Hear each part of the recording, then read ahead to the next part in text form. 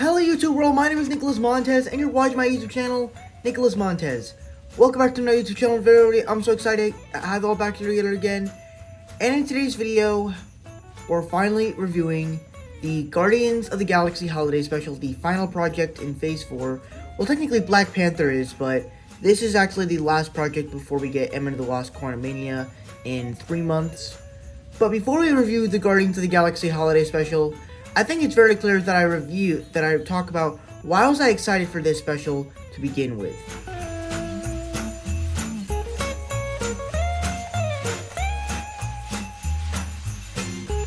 So when they announced this special, I had no idea what to expect. To be honest with you, I just imagined, because the Guardians franchise is kind of like Star Wars a little bit, I just imagined it was going to be some sort of like Star Wars Guardians show. And you know, when they thought of the whole idea of specials thing, I was like, okay, this sounds pretty cool, but I'm not sure how exactly this is gonna play out, because like they released Werewolf by Night. I actually thought that was surprisingly really good, so I was like, okay, I think I have hope for this one. And so then we got the trailer like last month, and it was actually pretty good, as it's all about this plot of them the Guardians going down to Earth to get Kevin Bacon as a Christmas present for Quill, and just celebrating Christmas in the Guardians franchise. And I wasn't expecting too much, just some fun with the Guardians, but honestly there was some quite more than just fun with the Guardians. So let's go ahead and talk about the Guardians of the Galaxy Holiday Special and my thoughts on the special as a whole.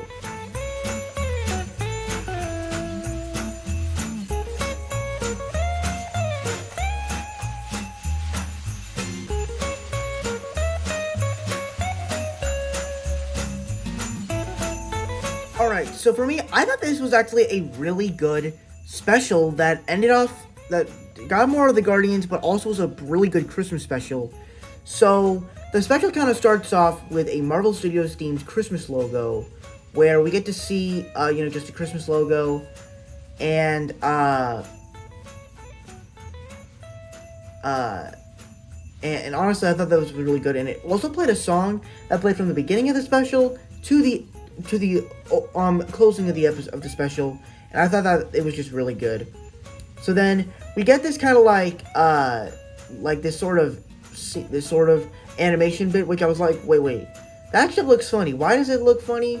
And then I'm like, oh, it's a flashback, because we heard that Michael Rooker is going to come back as Yondu in this, because it's in a flashback, and it just shows young Peter Quill and Kraglin, doing Christmas for everyone. And I think that, and then Yondu kind of takes this the wrong way, and he doesn't take it very well, and he just started saying, "Sediment is not good. Get this crap out of here, or you're gonna be cleaning the refer for the month." And so then Kraglin basically tells the story that the Guardians, about how Yondu ruined Christmas forever. And then also in this scene, when you get back to present day, it also reveals that it reveals a bit of stuff. So it reveals that the Collector is actually alive. If you remember back in Avengers: Infinity War, we haven't seen him since then, and we don't really know what happened to him. But it's confirmed that the Collector is alive, and that the Guardians bought Nowhere from the Collector, and now the Collector's off in the universe somewhere, doing his own thing. So now they're trying to repair Nowhere from what Thanos did in stealing the Reality Stone, and basically trying to make that place livable. So then we see Star-Lord with the Thor Love and Thunder hair. I'm sorry. I'm not a fan of his hair. I'm sorry. I'm just not. If you guys think he's fine, I guess. But no, I don't like his hair like that. And I'm pretty sure that's how it's going to be in Guardians 3, but I don't like it. So then we get to see Rocket interacting with the dog Cosmo. If you remember from Guardians of the Galaxy 1, we saw a dog in the collector's collection, where we saw this dog with a space helmet and a spacesuit, and it was a tease, but we didn't get much of it, kind of like it with Howard the Duck, but we get to see her talk, and we also heard in Guardians 3 that she's going to be played by a girl, and that this movie, and that this special, that girl that's playing her in Guardians 3 is playing her in this special as well. And the interactions between Rocket and Cosmo I thought was great, where you get to see this talking raccoon and this talking dog. Just awesome, and I want to see more of that in Guardians 3, so I really can't wait for that, and all their interactions together was great. Where you get to see, like, Rocket actually have a companion that's equal to them, and it was actually really cool. So then Peter Quill walks by, and you see this band of aliens with human instruments, and he's like talking about saying, "Hey, I heard about one of your Earth traditions, Christmas. Me and my band here made a song about it, and so we want to tell you about it to make sure if we understand this correctly." So they start playing a song. I don't know what Christmas is, but Christmas time is here, and I gotta tell you, this is so James Gunn. This feels like James Gunn, and it really gets you in the Christmas spirit, and it's so re-singable. Like, it's so weird that a song made for a Christmas special can be so re-singable. And so I love that. So after the song, Mantis and Drax are kind of talking about saying we should do something for Peter since my secret. And also in this special, it's revealed that Peter and Mantis are siblings, because if you remember in Guardians 2, that thing where he was showing all the people that he made out with to find the right Celestial. We saw a Mantis in the background, but we didn't know if that was actually Mantis or Mantis' mom, and it's revealed that it's Mantis' mom, and that this Mantis is Ego's daughter. And it was also revealed in the Marvel Legends episode. If you don't know what Marvel Legends is, it's a series on Disney Plus that basically explains the history. Well, it explains like all the characters that are going to be in a new special or movie or show, and it explores that. But they took it down because of all the controversy between Mantis and Star-Lord being siblings. And when I first heard about that, I was like, okay, to be honest with you, it sounds a little awkward right now, but I'm like, I feel like it's going to be awkward when we get to talking about that. So then they decide to want to get a present since, he's sad about Gamora being gone. And so how do we, I want to get him a good Christmas present so he can be happy. And so they decide to come up with the idea of getting Kevin Bacon for him as a Christmas present, since he's talked about him so much over the first Guardians, Avengers Infinity War, Guardians 2, so he's talked about him a lot. So Drax and Mantis go down to Earth. You get some nice little bits where Drax doesn't put on the invisible mode on, as humans are kind of staring at them. And so they go down to the city. You have some fun antics through this, where they're kind of taking pictures with people. You see Mantis hug a cosplay of Captain America, thinking it was the real Captain America, but it was honestly kind of fun. And then you also get to see her look at a cosplay of Captain Marvel, which I thought was actually pretty cool. As I guess Pom Klementieff and Brie Larson do not like each other in real life. I'm not sure if that's what they were trying to do, but that's what I heard about something like that.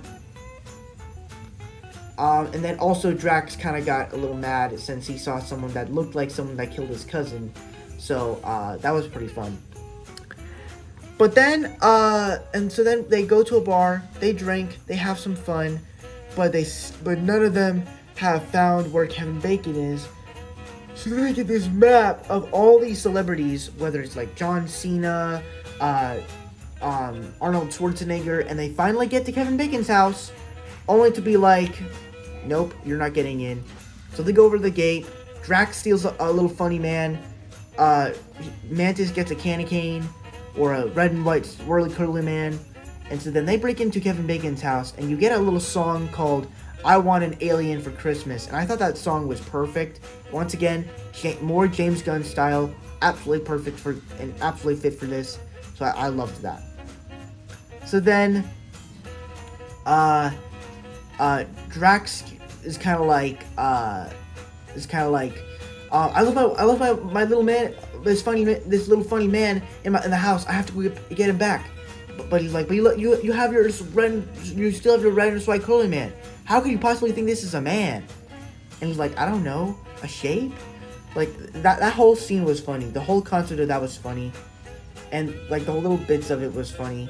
And then you get, like, a little, the cops arrive, and, you have them shooting Drax first, but Drax doesn't seem to take it that much, as it just tickles him. But somehow you actually get a pretty clever action sequence, and honestly, I didn't think we would actually get an action sequence in this special, just because it seemed more so lighthearted that it didn't seem like it would be going to action, but it did. And you actually get an action sequence with Mantis as she, like, fights off the cops. Like, Drax just pushes a car over, but Mantis actually fights these cops with not just her sleep powers, but she actually has skills, and I actually want to see more of that in Guardians of the Galaxy Volume 2, and Guardians of the Galaxy Volume 3. So that was probably the best thing about this special, is that she's a lot more skilled, a lot more enjoyable to have fun with, and also that's another thing. I liked Mantis and Drax's relationship in this special. So then we get, what else? So then we finally get Kevin Bacon coming back. Also, we get a little interaction between the cops that Drax pushed over, as, he's like, you don't think this is a man, do you? No, it's not a man. And so then Kevin Bacon, tries to get away, but he puts the spell on him. And so then they go to a store, and at first I was thinking we were going to get another, store montage of them getting Christmas presents. But I guess that will just be too much, so they decide but then they just cut to the ship, and you see all these Christmas decorations in the background, and then this scene right here is revealed that Kevin Bacon's an actor, and that they thought that he was an actual hero this whole time, and that he doesn't want to ruin Christmas for Peter again like Yondu. So Mantis puts another spell on him, to make him think he's an actual hero, and he starts acting like a British hero in the World War II, and then he starts acting like Bruce Wayne Batman. And I have some thoughts on this, because was Kevin Bacon gonna be Batman? Was he ever a Batman one day? I want to know. Comment down in the comments if he was ever Batman. I might look it up later, but I'm not sure if that was just a joke, if he actually started as Batman, or maybe since he looks a lot like Kevin Conroy since he passed away a couple weeks ago, maybe that's why. But though it probably was already filmed, I don't know. But so yeah, he's like, we hate you. But then we get back to nowhere, and Star-Lord is there. He's just eating. He sees Groot, and he's kind of confused at what's going on. And then you hear a Christmas song play, and the whole city of Nowhere is just covered in Christmas decorations, beautiful lights, snow coming down, and it's absolutely fantastic. And then you have this big Christmas present come out, and you see it move a little bit, and Star-Lord's like, wait, what's going on here? Like, what did you get me? And then he opens it up, Kevin Bacon comes out, and he's like, what did you do? What is this? And he says, and he starts acting all happy and saying he's stoked about the whole thing. And he's like, you used your powers on him, didn't you? And so then he gets back into normal Kevin Bacon mode, and Kevin Bacon's just not going for this well. He says, and you actually have a nice little interaction, even though it's like fast-paced, where he's like, that's a talking raccoon. And then he's like, I'll kill you, don't ever call me that. And I'm like, that's so funny. And then even Nebula tries to shoot him, tries to almost kill him. And it was just kind of funny. So then Kevin Bacon's, he's like, don't run, please, don't run. And then you also get like a funny bit with Groot where he's like, I knew this was a bad idea. And then he's like, I literally just saw you pull him out in front of everybody. That whole scene was funny. It reminded me of my dog a little bit. I don't know why, but just how the face was. I don't know. Groot is funny. So then Kevin Bacon runs off, and then Kraglin kind of talks to Kevin Bacon about like, you saved Kevin Bacon. You are a big inspiration to Peter because he talked about all the stories of you saving a town through dancing, and Peter saved the whole entire galaxy through dancing for real, and he might be the greatest hero to ever live, and that Mantis and Drax just wanted to bring that Christmas heart back into his heart again. And so then he decides that I'm gonna stay and I'm gonna show these people what Christmas really is. So he gets up on that band from nowhere and he sings a song. He's in his Christmas shirt and he sings a little Christmas song for everyone. And you basically just get this montage of the Guardians giving presents to people. Star-Lord gives Groot a sort of gameplay thing that we saw him play with in Avengers Infinity War. And then we get a little moment between Nebula and Rocket, and Nebula gives Bucky's arm to Rocket for Christmas. And when I saw this, I was like, okay, this is cool. I think it's a great way to actually establish the relationship that they had in Avengers Endgame, since, for 5 years, they were the only Guardians left, and that they had to live together for a long time. And also one thing I loved about Nebula in this special that I'm excited to see her in Guardians 3 is she kind of has been a part of this family for a while, in that it seems that she is kind of finding her humanity. All I know is that Thanos will not be happy seeing her like that, dancing and having presents and being happy where she was supposed to be this fierce warrior. And then also, you get Mantis giving Drax a present, and he gets the funny little man. And then Groot gives everyone presents of like these statues of all these moments of the special, whether it was the first moment, Drax lifting up the car, or even Kraglin, where it's just little one, little one, little one. And so I thought that special was really good. Now I have some thoughts on the Bucky arm thing. I don't want to talk too much about it, but we'll talk about that in the bad now. But yeah. So the special, the thing ends. Kevin Bacon and then they hug, and he goes back to Earth, and then we get a little moment with Star-Lord and Mantis. We get that the story with Yondu does not end that bad, and that he actually opened up the present that Peter made for him. And then he gives Peter Quill the present for Christmas, and that it's the blasters that he had throughout all of the MCU films. And that Mantis finally reveals that he is his sister. And when they came up to this scene, I was like, oh no, please don't ruin this. Like how can you possibly make this satisfying and emotional? How can you possibly make this a good thing? And somehow they were able to make this one of the most emotional moments of the entire show, of this entire special, where he's like, wait, doesn't that make you my sister? And he's like, Mantis, that's probably the best Christmas gift I can ever get. And so then they hug, they work it out, and they're finally good. And somehow they made it one of the most emotional and satisfying moments of the entire special, and I loved it. So then we get to the ending, and it plays that song from the beginning, and then it says fireworks in the sky, Merry Christmas and Happy Holidays to all, and our special ends. And then we of course get a little end credit scene with Rocket, Groot, and Cosmo, and he's like, we're gonna have to do another special. So that's kind of my overall thoughts on the good on this special. Now let's talk about the bad, because there's not a lot of bad on this one though.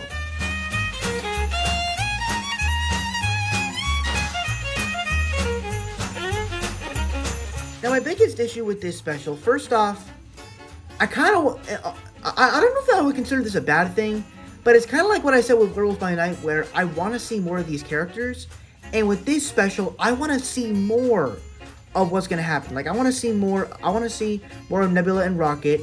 I want to see more of Rocket and Cosmo. I want to see more of Mantis and Drax interacting, having more fun, and I want to see more of the Guardians. I want to see more of them. And that's why I'm a little bit more excited for Guardians 3 now. And I think the really bad thing is, I'm not a fan of Groot's design. I understand that he grew a lot from Guardians, from Thor: Love and Thunder and Avengers: Infinity War, from being a teenager. But like, he doesn't look that great.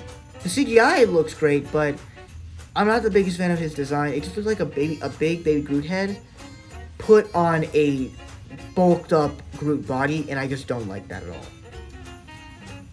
Also, when Yondu starts destroying the Christmas tree and starts saying "I hate Christmas," gave me a lot of Oscar the Grouch and Grinch vibes, which I just did not like, honestly. So I just thought that was bad. And then also, how did Nebula get Bucky's arm? I heard a theory that maybe that this takes place after Thunderbolts, and maybe that Bucky probably died, and he probably got Bucky's arm that way. But who knows? Because we haven't seen Thunderbolts yet. But we can't assume that Bucky's dead yet. But until we see the film, so I'm gonna assume that theory for now, though. But if he actually gets an arm that's like spacified, I'm not gonna be the biggest fan of that, because it's like the vibranium arm is cool. It's a cool upgrade, though it does get removed from the Dora Milaje, but we'll just have to wait and see. So that's pretty much all the bad I have to say on this special. I thought this was a really good special, one of the best things to come out of Phase 4, to be honest with you. Now, if you want to talk about which one's better, which special's better, Werewolf by Night or Guardians or this one, I would say Werewolf by Night is better, just because I think it tells a better story, and I think it just overall does better with everything. So now let's talk about, now before we get my scores, so that's pretty much my review for Guardians of the Galaxy Holiday Special. Before I get my final score, be sure to tell me down below what are your thoughts on the Guardians of the Galaxy Holiday Special. Do you guys love it? Do you guys hate it? Right between? Let me know all your thoughts down in the comment section below. With that said, let's get all my scores.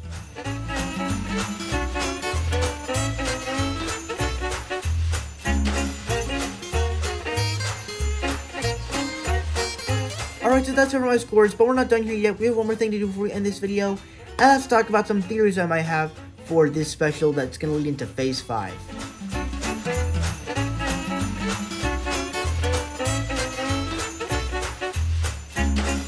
Alright, so the next time we're seeing the Guardians, it's going to be it's going to be next year, May of 2023, with Guardians of the Galaxy Volume 3, which is going to be the last time we'll see the Guardians together. And, you know, I'm just excited. Pretty much, it's like what I said just now. This special excites me for a bunch of characters in that movie, whether it's Cosmo and Rocket and Nebula, Drax and Mantis. I mean, a bunch of characters I just want to see more of, and I'm excited to see how it's going to be played out. Also, are they going to do a Guardians of the Galaxy Easter special? Because Kevin Bacon, before he left, he was like, "I'll see you guys at Easter." So maybe they could do a Guardians of the Galaxy Easter special to celebrate Easter. I don't know. It could be something that comes out next year. I don't know. But, yeah, that's pretty much all of my theories. And then, of course, you know, the Nebula Bucky arm thing. I've already talked about that. So that's pretty much all my theories for now. Now let's talk about my overall thoughts on Phase 4, since it's the last project of Phase 4.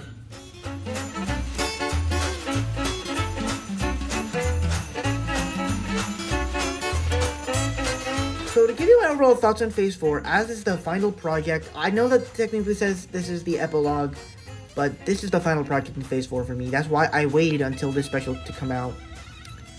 And, you know, I understand all the reasons behind why everybody hates this phase. I get it. It's not exactly it's not well stacked, because every time you get a new project, it doesn't lead into the next one. It doesn't make sense. It leaves you questioning what's going to happen next. Where are we going to see these characters next?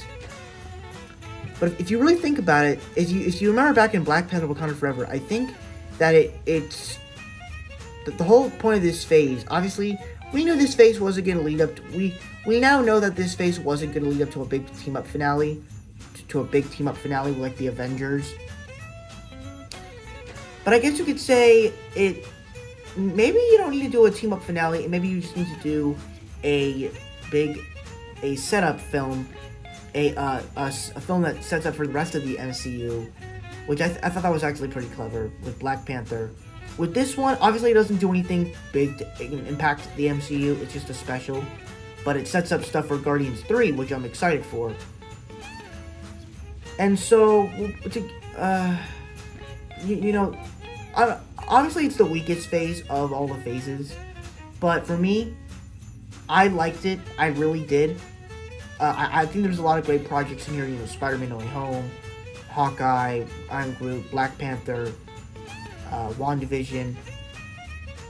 I think there's a lot of great projects in here. Just the way that it was organized, the way that the stories all played out, it just wasn't the best. So, while it had some great stuff in it, great projects, it took some risks, and some of them worked. Some of them didn't work. I'm excited for what they're going to do with Phase 5 and Phase 6, because after seeing Black Panther and this one, I have a feeling that they could actually do better. They could actually do good storytelling. And especially since Ant-Man and the Lost Quantumania is going to be the first one with Phase 5, that's going to be very exciting, since Ant-Man is usually like a smaller film, but that's actually setting up something big for the rest of the MCU, as it has Kang the Conqueror. So, I'm excited for this. So now, let's talk about the next Disney Plus special presentation.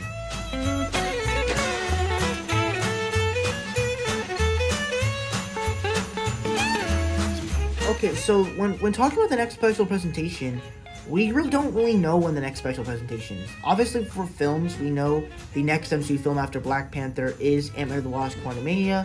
For TV shows, after She-Hulk, we know that it's going to be either What If Season 2 or Secret Invasion. It really depends on which one it is. I'm pretty sure it will be What If Season 2, because that comes out early 2023, and Secret Invasion comes out spring 2023. But for Marvel Studios special presentations, we don't really know what the next special is.